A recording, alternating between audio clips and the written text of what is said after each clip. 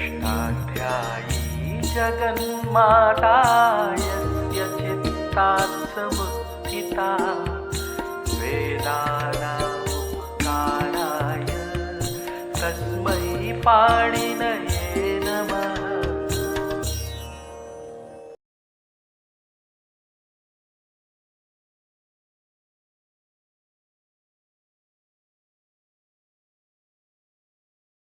नमक पाणिनये। हम लोग पौष्पी प्रक्रिया के अनुसार अदंत नपुंसक प्रातिपदिकों के सुबंत रूप सिद्ध कर रहे हैं और अदंत सर्वनामों के रूप हम बना चुके हैं और ज्ञान शब्द के रूप हमने बना लिए हैं। अब हम अदंत नपुंसक लिंग अजर शब्द के रूप बनाएंगे। अदंत नपुंसक अजर इस प्रातिपदिक के रूप हम बनाएंगे। तो अजर का अर्थ है अविद्यमाना जरा यस्य। तो यस्य जो है ये अन्य पद है, अन्य पदार्थ प्रधान बहुव्रीहि है। तो अविद्यमाना जरा यस्य कुलस्य तद अजरम कुलम। नहीं आता है बुढ़ापा जिसमें ऐसा अजर कुल, तो कुलम का विशेषण बन गया। तो ये अजर प्रातिपदिक नपुंसक हो गया। प्रातिपदिक तो बना अजरा, तो गोस्त्रियो रूप सर्जन से रस्व करके अजर ये नपुंसक प्रातिपदिक बन गया। हमने निर्जर शब्द रूप बनाए, निर्जर के रूप हमने बनाए, तो हमने सूत्र पढ़ा है जराया जरा संयत रस्याम। जरा शब्द को विकल्प से जरस आदेश होता है अजादि विभक्ति परे होने पर। और वहीं हमने 3 परिभाषाएं पढ़ी हैं, पदांगाधिकारे, तस्य च, तदंतस्य च। तो ये शब्द तो अजर है, जरा तो है नहीं, जरांत है। तो पदाधिकार अंगाधिकार में जो कार्य कहे जाते हैं, जिसको कहे जाते हैं उसको होते हैं और तदंत को भी होते हैं। तो जरा या जरसन्य तरस्याम ये सूत्र जरा शब्दांत अजर इस प्रातिपदिक में भी लगेगा। और निर्दिष्ट मानस्य आदेशा भवन्ति इस परिभाषा के बल से ये अजर प्रातिपदिक के केवल जरा इतने अंश को होगा। और एक देश विकृत मनन्यवत परिभाषा से वो जो जरा है, जिसको कि हमने ह्रस्व वर्ग के जर बना लिया है, ये एक देश विकृत हो गया, तो उसको अनन्यवत मानकर उसको जरा मान के ही ये कार्य हम कर लेंगे। अजर में जो जर दिखाई पड़ रहा है, जो दीर्घ आकार था वो ह्रस्व हो गया है, तो उसको एक देश विकृत मनन्यवत परिभाषा से हम जरा मान करके जरा या जरसन्य तरस्याम सूत्र की यहाँ प्रवृत्ति कर लेंगे। तो अजर है और प्रथमा एक वचन में सु विभक्ति है। तो स्वमोर नपुंसकात से सु के स्थान पर जो लुक प्राप्त हुआ उसको बाध करके अतोम सूत्र से सु और अम के स्थान पर अम आदेश हो गया। अजर और अम। अब ये कहिए कि सु तो नहीं था हलादी, अब अम हो गया, अब तो आजादी भक्ति हो गई। अब इसको मान करके हम जरा या जरसन्य तरस्याम सूत्र से अजर के इस जर अंश को जरा सा आदेश कर दें, तो हम नहीं कर सकते, क्योंकि सन्निपात परिभाषा का विरोध हो गया। अदंत सन्निपात का आश्रय लेकर ये अम आदेश हुआ है, अतोम सूत्र से हुआ ना। अदंत नपुंसक से उत्तर जो सु और अम, उसको हम आदेश करते हैं। अदंत सन्निपात का आश्रय लेकर प्रवृत्त जो अमादेश है, वो अदंतत्व के विघातक जरसादेश के प्रति निमित्त नहीं बन सकता। जब जर को जरस हो जाएगा तो अदंतत्व का विघात हो जाएगा। तो जिस अदंत के कारण ये अम पैदा हुआ है, ये अम उसी जर के अदंतत्व का विघात नहीं कर सकता, तो सन्निपात परिभाषा का विरोध होगा। इसलिए अम भले ही आजादी है, किंतु इसके परे होने पर हम जरा या जरसन्य तरस्याम से जो जरा शब्दांत अजर शब्द है, जिसमें जरा के आ को ह्रस्व हो गया है, तो एक देश विकृत मनन्यवत परिभाषा से इस जर को जरा ही मान करके जरा सा आदेश हम नहीं कर सकते। सन्निपात परिभाषा का विरोध हो जाएगा। सन्निपात विधि रनिमित्तम तद्विघातस्य। तो अब नहीं हुआ, सूत्र नहीं लगा, तो अजर है और अम है, तो अमी पूर्वा हो गया। अमी पूर्वा से पूर्व रूप एक आदेश करके अजरम, और अजर है और औ है, ये तो विभक्ति आज़ादी है, ये विभक्ति तो आज़ादी ही है। तो इसके परे होने पर उस जरा का विकृत भाग जो जर है, इसको जरस आदेश विकल्प से हो जाएगा। तो जब जरस आदेश हुआ तो अजरसी, औ के स्थान पर शी हो गया ना, नपुंसकवाच्य से औ के स्थान पर शी हो गया, और जरा को जरस हो गया तो अजरसी। और जब जरस नहीं हुआ तो आद्गुणा हो गया अजरे। तो यह सेति चाहे यहाँ जब प्राप्त हुआ भा संज्ञा होने के कारण, तो उसको बाधा अंगश्याम प्रतिषेधो वाच्य से रोक दिया, तो आद्गुणा से गुण हो गया। अजर और शी का ई अवर्ण है, अवर्ण के बाद ई है, आद्गुणा से गुण हो गया अजरे। और जब जरस आदेश हो गया तो अजरसी, अजरसी और अजरे दो बन गए। अब आया प्रत्यय जस और शस। तो जस शस में क्या हुआ, जस शशो शी, शी आदेश हो गया और शी की सर्वनामस्थान संज्ञा हो गई, शी सर्वनामस्थानम से।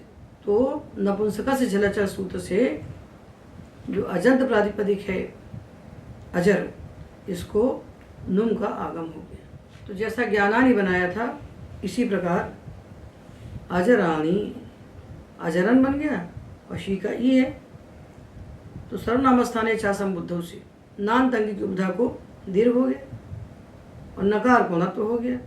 अटको वांगनुम व्यवायी पी से इसको नत्व हो जाएगा, तो बन गया अजराणी। और शी प्रत्यय भी आजादी है, आजादी है ना, तो इसके परे होने पर विकल्प से जरस आदेश हो गया। तो जब जरस बन गया तो अजरस और ई, तो अजर था तो अजंत था, और जरस है तो झलंत है। तो नपुंसकस्य झलचः जो सूत्र है, ये झलंत और अजंत अंग को नुम का आगम करता है सर्वनामस्थान परे होने पर। झलंत अजंत नपुंसक, तो ये जब हम अजर में नुम का आगम करते हैं तो अजंत नपुंसक मांग के करते हैं। और जब इसको जरस आदेश हो गया तो झलंत नपुंसक हो गया। तो झलंत नपुंसक को भी नुम का आगम होता है। तो जरस जब आदेश हो गया तो इसको भी हम नुम का आगम करेंगे अजरस। तो यहाँ नुम कहाँ बैठेगा, मिदचोन त्याग पर, अंतिम अच के बाद ये नुम इधर बैठेगा। अंतिम अच है रा के बाद जो आए, इसके बाद नुम बैठ गए, तो क्या बन गया अजर, न और सा, ऐशी का ई। अब तो ये नकारांत नहीं रह गया, तो कैसे दीर्घ होगा। तो उसी के बाद सूत्र आता है शांत महता संयोगस्य। शांत संयोग और महत का जो नकार, शांत संयोग का जो नकार, इस नकार की जो उपधा उसको दीर्घ होता है। शांत संयोग का जो नकार, उस नकार की जो उपधा उसको दीर्घ होता है, तो इसको दीर्घ हो गया। रा के बाद जो है अज रा और न और स और ई, ना को हमने कर दिया नश्चा पदांत से झली से अनुस्वार अजरांसी, अजराणी अजरांसी, अजरम अजरे अजराणी, और अजरम अजरसी अजरांसी। अजरम तो एक ही रहेगा, और अजरे अजरसी, अजराणी अजरांसी, यही प्रथमा में बना और यही द्वितीय में बना। और संबोधन में संबुद्धि जो एक वचन में कसु है, उसके परे होने पर संबुद्धि का लुक करके हे अजर बना। हे अजर, हे अजरे, हे अजरसी, हे अजराणी, हे अजरांसी, और तृतीया से पुंबद होगा। तो आजाद विभक्ति में हम विकल्प से जरस आदेश करेंगे, तो अजरेण अजरसा, क्या विभक्ति आजादी है, तो अजरेण अजरसा विकल्प से जरस आदेश हुआ। अजराभ्याम अजरैहि, ये दोनों हलादी हैं, भिस के स्थान पर ऐस हुआ है, तो ऐस को आजादी मान करके हम यहाँ जरस आदेश नहीं कर सकते। तो अजराभ्याम अजरैहि, अजराय अजरसे, ये आजादी है, तो विकल्प से जरस आदेश हुआ। अजराभ्याम अजरेभ्यः, गसी भी आ जाती है तो अजरात अजरसः, अजराभ्याम अजरेभ्यः, गस भी आ जाती है अजरस्य अजरसः, ओस भी आ जाती है तो अजरयोहो अजरसोहो, और आम भी आ जाती है तो एक पक्ष में जरस आदेश किया तो अजरसाम, और जब जरस आदेश नहीं किया तो ह्रस्व नौत्या पुनुट और नामी से दीर्घ किया तो अजराणाम। गी भी आ जाती है तो अजरे अजरसी, ओस आ जाती है अजरयोहो अजरसोहो, और सुहला दी है तो एक ही रूप बनेगा अजरेशु। ये हमने नपुंसक अजर शब्द के रूप सिद्ध कर लिए। पहले हमने ज्ञान शब्द के रूप बनाए जो सामान्य है अदंत नपुंसक, और उसके बाद जो विशेष शब्द आ रहे हैं जहाँ कुछ विशेष कार्य होते हैं ज्ञान शब्द की अपेक्षा, उनको बना रहे हैं। तो अजर इस नपुंसक प्रातिपदिक के रूप हमने बनाए जिसमें आजाद विभक्ति परे होने पर जरा या जरसन्य तरस्याम सूत्र से विकल्प से जरस आदेश किया। अब हम ले रहे हैं अदंत नपुंसक हृदय शब्द। तो हमने सूत्र पढ़ा है पद्दन नोमास ऋण निशसन यूशन दोषण शकन उदन नासन शस प्रवृतिषु, ये सूत्र हमने पढ़ा है जो पाद इत्यादि प्रातिपदिकों के स्थान पर यह आदेश करता है, जो आदेश सूत्र में कहे गए हैं। तो इनमें हमने देखे थे कि जितने शब्द पुंलिंग थे वो तो हमने राम के साथ बना लिए। पाद दंत मास और यूष ये अदंत पुंलिंग थे, इनके रूप हमने पुंलिंग में सिद्ध कर लिए। अब इस सूत्र में जो शब्द हैं अदंत नपुंसक लिंग, उनको हम नपुंसक के साथ सिद्ध कर रहे हैं। इस सूत्र में हृदय, उदक और आस्य, ये तीन शब्द जो हैं ये इसमें स्थानीय तो दिए नहीं गए, सूत्र में केवल आदेश पढ़े गए। स्थानीय का विवरण हम मानते हैं टीकाओं से। तो वृत्तिकार ने आसन को आसन का आदेश माना है और कौमुदीकार ने आस्य का आदेश माना है। तो हम इसको ले रहे हैं हृदय, उदक और आस्य। उदक यानी जल, आस्य यानी मुख, आस्यम मुखम। ये तीन शब्द अदंत नपुंसक प्रातिपदिक है। हृदय के स्थान पर हृद, उदक के स्थान पर उदन और आस्य के स्थान पर आसन, ये आदेश कहे गए हैं सूत्र के द्वारा। और कब कहे गए हैं? शस प्रवृत्तिषु, शस से लेकर सुप तक विभक्तियों में, सु औजा समौज को छोड़ करके, 5 को छोड़ करके जो 6वीं विभक्ति है शस, वहाँ से लेकर जो 21वीं विभक्ति है सुप, इन प्रातिपदिकों के स्थान पर विकल्प से आदेश कहे गए। यही इसकी विशेषता है। तो जब ये आदेश नहीं होंगे तब तो अदंत नपुंसक के समान बन जाएगा पूरा। हृदयम हृदये हृदयानि, हृदयम हृदये हृदयानि, हृदयेन हृदयाभ्याम हृदयैहि, हृदयाय हृदयाभ्याम हृदयेभ्यः, हृदयात् हृदयाभ्याम हृदयेभ्यः, हृदयस्य हृदययोः हृदयानां, हृदये हृदययोः हृदयेषु। ये तो बन गए ज्ञानम ज्ञाने ज्ञानानि के समान एक पक्ष बन गए। अब दूसरा पक्ष जो है शस से लेकर के सुप तक विभक्तियों में विकल्प से हृदय को हृद आदेश करता है। तो जब हृद आदेश हो गया तो हृद है और शस है, शस के स्थान पर शी हो गया। तो हृद कैसा बन गया? ये पहले अजंत नपुंसक था, अब ये झलंत नपुंसक हो गया। तो इसको हमने नपुंसकस्य झलचा सूत्र से नुम का आगम कर दिया। तो हृदय नुमागम कहाँ बैठा? दा के पहले, री के बाद रिंदी, रिंदी बना। अब ये प्रथमा से द्वितीया में भेद हो गया ना।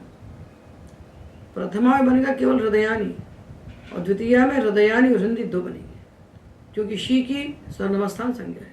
तो हृदयानी और हिंदी ये शस में बना।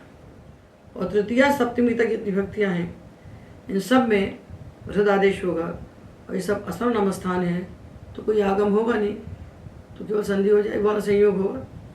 हृदा हृद्भ्याम हृद्भिः, हृदय हृद्भ्याम हृद्भ्यः, हृदः हृद्भ्याम हृद्भ्यः, हृदः हृदोः हृदाम, हृदि, हृदोहो, हृत्सु, सु आने पर खरीचा से छत्र हो गया, दा के स्थान पर ता हो गया।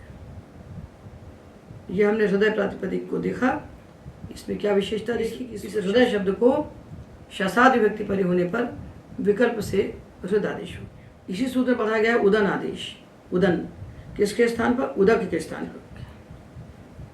तो उदकम, उदके, उदकानी, उदकम, उदके, ये 5 रूप तो बन गए ज्ञानम के समान। अब शसादि विभक्ति से इसको विकल्प से उदन आदेश हो गया। तो उदन है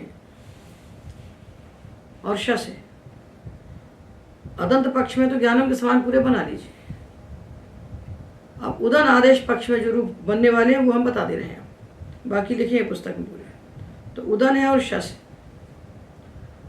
शस के स्थान पर जश शशोशी हो गया और शी की स्वर्णावस्थान संज्ञा हो गई।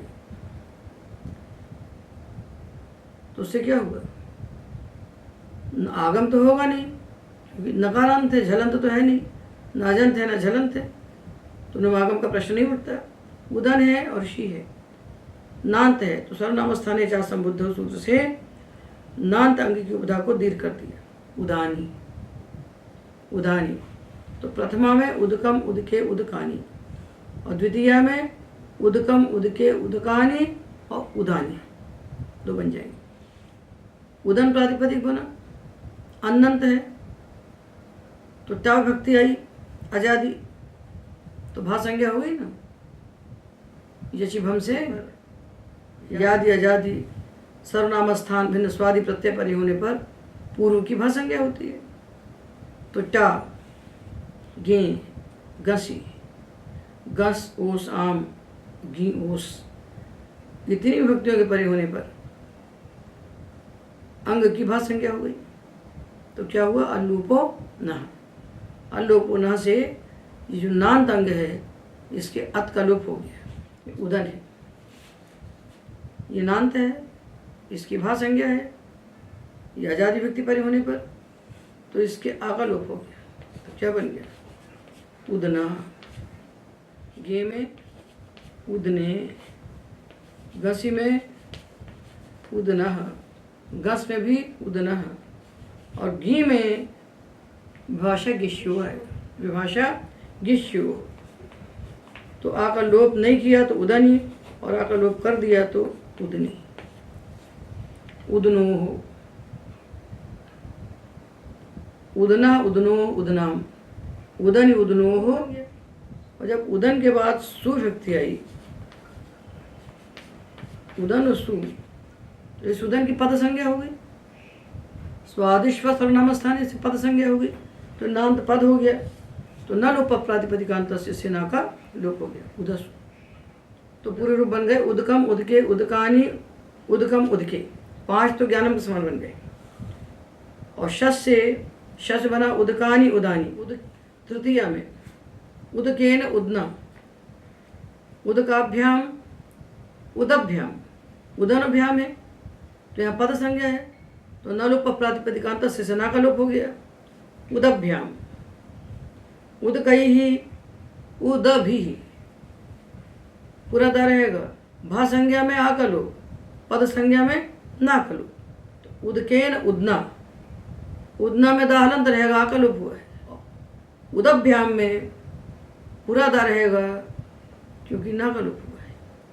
उदकेन, उदना, उदकाभ्याम, उदभ्याम, उदकैहि, उदभिः, उदकाय, उदने, आ का लोप हुआ है। उदकाभ्याम, उदभ्याम, ना का लोप हुआ। उदकेभ्यः, उदभ्यः, उदकात्, उदनः, अल्लोप हुआ। उदकाभ्याम, उदभ्याम, ना लोप हुआ। उदकेभ्यः, उदभ्यः, ना लोप हुआ। उदकस्य, उदनः, अल्लोपो न हुआ। उदकयोः, उदनोः, अल्लोप हुआ। उदकानाम, उदनाम, अल्लोप हुआ। गस, ओसाम तीनों आ जाती है तो तीनों में अल्लोप हुआ। उदके ये कब बना? जब उदन आदेश नहीं हुआ। और जब उदन आदेश हुआ तो विभाषा गिष्यो ने विकल्प से अल्लोप किए। तो जब अल्लोप हुआ तो उदनी, अल्लोप नहीं हुआ तो उदनी। उदकयो हो उदनो हो, उदकेशु उदसु। ये हमने उदक शब्द के रूप निष्पन्न कर लिए सातों विभक्तियों में। अब हम अदंत नपुंसक आस्य शब्द के रूप बनाते हैं। आस्य का अर्थ होता है आस्य मुखम, और यह आस्य शब्द अदंत नपुंसक है। और पद्दन नोमा सूत्र ने इसके लिए कहा है कि शसाद विभक्ति परे होने पर इसके स्थान पर विकल्प से आसन ये नकारांत आदेश होता है। तो जैसे उदन नकारांत है वैसे ही आसन भी नकारांत है। तो जैसे उदक को हमने उदन किया, उदन बना अन्नंत नकारांत, वैसे ही आस्य को आसन बना तो ये भी नकारांत बना। उसके पहले आ है तो अन्नंत है, तो अल्लो पुनः विभाषा गिष्यो और नलुप प्रातिपदिकांत से सूत्र लगेंगे और ठीक वैसे ही इसके रूप बन जाएंगे आस्यम आस्य आस्यानि, आस्यम आस्य। ये 5 तो बन गए ज्ञान के समान। और शसादि विभक्तियों में आस्यानि आसानी, आस्येन आसना, अल्लोपुन, आस्याभ्याम आसभ्याम, आस्यैहि आसभिः नलोप प्रातिपदिकान्तस्य, आस्याय आसने अल्लोपुन, आस्याभ्याम आसभ्याम नलोप प्रातिपदिकान्तस्य, आस्येभ्यः आसभ्यः नलोप हो गया, आस्यात् आसनः अल्लोपुनः, आस्याभ्याम आसभ्याम, आस्येभ्यः आसभ्यः, आसभ्याम आसभ्याम में नलोप हुआ, नलोप प्रातिपदिकान्तस्य। गणसोषाम तीनों आज़ादी हैं तो तीनों में अल्लोप न होगा। आस्यस्य आसनः, आस्ययोः आसनोः, आस्यानाम आसनाम, आस्ये आसनि आसनि विभाषा गिष्यो, आस्ययोः आसनोः, आस्येषु आससु। ये पद्दन नोमास सूत्र में आए हुए जो 3 नपुंसक अदंत प्रातिपदिक थे, हृदय, उदक और आस्य, इन 3 के रूप हमने बना लिए। अब एक अदंत नपुंसक लिंग शब्द मिलता है हमको मांस। उसके लिए वार्तिक है मांस प्रतना सानूनाम, मांस प्रतनवो वाच्या शसादो वा। शसाद विभक्ति परे होने पर ये वार्तिक है। मांस शब्द को, मांस से ये अदंत है अकारांत, इसको मांस से सकारांत आदेश हो जाता है। शसाद विभक्ति परे होने पर मांस शब्द को सकारांत मांस आदेश हो जाता है। प्रतना को प्रत होता है और सानु को स्नु होता है। तो सानु को हम उकारांत बता देंगे और प्रतना को आकारांत बता देंगे। यहाँ अदंत के प्रसंग में हम मांस शब्द के रूप बनाते हैं। तो देखिए जो उदन और आसन हमने आदेश किए थे ये नकारांत थे। नकारांत होने से झलंत नहीं थे, पर मांस शब्द को हमने जब मांस आदेश कर दिया सकारांत ऐसा, अब तो झलंत हो गए। इसके बाद जब शी आता है शस का, शस के स्थान पर, तो यहाँ नपुंसक से झलच से नुम होना चाहिए ना, पर नहीं होता, क्योंकि वहाँ झलचा का अर्थ क्या है? अज से उत्तर जो झल, अज उत्तर जो झल है, ऐसे नपुंसक अंग को ही नुम का आगम होता है। तो ये तो अनुस्वार है, इस पर सा है, तो यहाँ नुमागम नहीं होगा, तो मानसी यही बन जाएगा। तो मानसम मानसे मानसानी, मानसम मानसे मानसानी और मानसी ये बनेंगे। मानसेन मानसा, मानसाभ्याम, मांस और भ्याम। अब यहाँ भ्याम परे होने पर सिपत संज्ञा होगी, तो ये न और सा इसका संयोग मिल गया, तो संयोगांत से लोपा हो गया। तो मान भ्याम, सारे हरादि प्रत्ययों में पद संज्ञा जहाँ पर होगी वहाँ सकार का संयोगांत से लोपा से लोप हो जाएगा। मान भ्याम, मान भी, मानसाय मानसे, मानसाभ्याम मानभ्याम, मानसेभ्यः मानभ्यः, मानसात् मानसः, मानसाभ्याम मानभ्याम, मानसेभ्यः मानभ्यः, मानसस्य मानसः, मानसयोः मानसोः, मानसानां मानसाम, मानसे मानसी, मानसयोः मानसोः, मानसेषु मानसु। मानसु जो होगा यहाँ नकार नहीं होगा, अनुस्वार हुआ, अनुस्वार से यही पर संभावना होना चाहिए, तो यह है नहीं सा, तो मांस ऐसी रहेगा। अब हम इस पद दन नो मास ऋण निशन जो सूत्र पढ़ा है, इस सूत्र के अर्थ का विचार करते हैं। इसमें शस प्रभृति शुक्र है, तो प्रभृति का क्या अर्थ है? प्रभृति यानी यहाँ इत्यादि, तो शस इत्यादि प्रत्यय परे होने पर ऐसा अर्थ करें तो कहते हैं प्रभृति शब्द प्रकारार्थक अर्थात सादृश्यार्थक है। तो ये सादृश्य कैसे माने? प्रत्ययत्वेन सादृश्य मानिए। पादादि शब्दों से परे शसादि प्रत्यय होने पर, और कभी शसादि भिन्न, जब प्रकार अर्थ होगा तो शसादि भिन्न, शसादि से भिन्न और शसादि के सदृश प्रत्यय होने पर भी पद इत्यादि आदेश हो जाते हैं। तो सादृश्य क्या? प्रत्ययत्वेन सादृश्य होने में शस भी प्रत्यय है और सुऔजसी प्रत्यय है, तो प्रत्ययत्वेन तो सादृश्य हुआ ना, प्रत्ययत्वेन सादृश्य, ये भी प्रत्यय वही प्रत्यय, तो प्रत्यय तो दोनों में है, तो प्रत्ययत्वेन सादृश्य हुआ ना। तो ऐसा मान करके प्रभृति शब्द को प्रकारार्थक मान के अर्थात सादृश्यार्थक मान करके शसादि से भिन्न प्रत्यय परे होने पर भी हमें ये पदादि आदेश मिल जाते हैं। जैसे भाष्य में एक प्रयोग दिया गया है, ककुत दोषणी, तो ये दोषणी प्रत्यय कौन सा है? ये शी है, ये शी है ना, अंक के स्थान पर होने वाला शी, तो शस के पहले आने वाला प्रत्यय है, तो यहाँ दोष के स्थान पर दोषण आदेश नहीं होना चाहिए, तो दोषण हुआ है, दोषण और ई दोषणी बना। और आप कहेंगे कि भा संज्ञा होकर के लोपन है, क्यों नहीं हुआ? क्यों नहीं हुआ? विभाषा की शियो हो, गी और शी परे होने पर विकल्प से होता है लोपन, तो नहीं हुआ, तो दोषणी बन गया। अब ये शी विभक्ति परे होने पर जो शसादि में नहीं है, इसके परे होने पर यहाँ दोष के स्थान पर दोषण आदेश करके दोषणी बनाया है भाष्यकार ने, प्रयोग दिया है भाष्यकार ने, कहीं का भाष्यकार ने दिया है ककुत दोषणी। तो ये हमको बताता है, इससे ज्ञापित होता है कि ये जो प्रभृति शब्द है सूत्र में, शस प्रभृतिषु में, ये प्रकार का वाचक है, सादृश्य का वाचक है। तो प्रत्यय के समान, तो प्रकार अर्थ मानने पर क्या हो जाएगा कि जो शस के समान हो और शस से भिन्न हो, कभी शसादि भिन्न हो और कभी शसादि सदृश, ऐसा अर्थ हो जाएगा। तब इसे सिद्ध होगा नहीं, दोषणी कैसे बनेगा? यहाँ पर आप दोषण आदेश कैसे कर सकते हैं? शस तो है नहीं, शस के बाद का प्रत्यय नहीं, शस के पहले का प्रत्यय है। और एक प्रयोग देते हैं,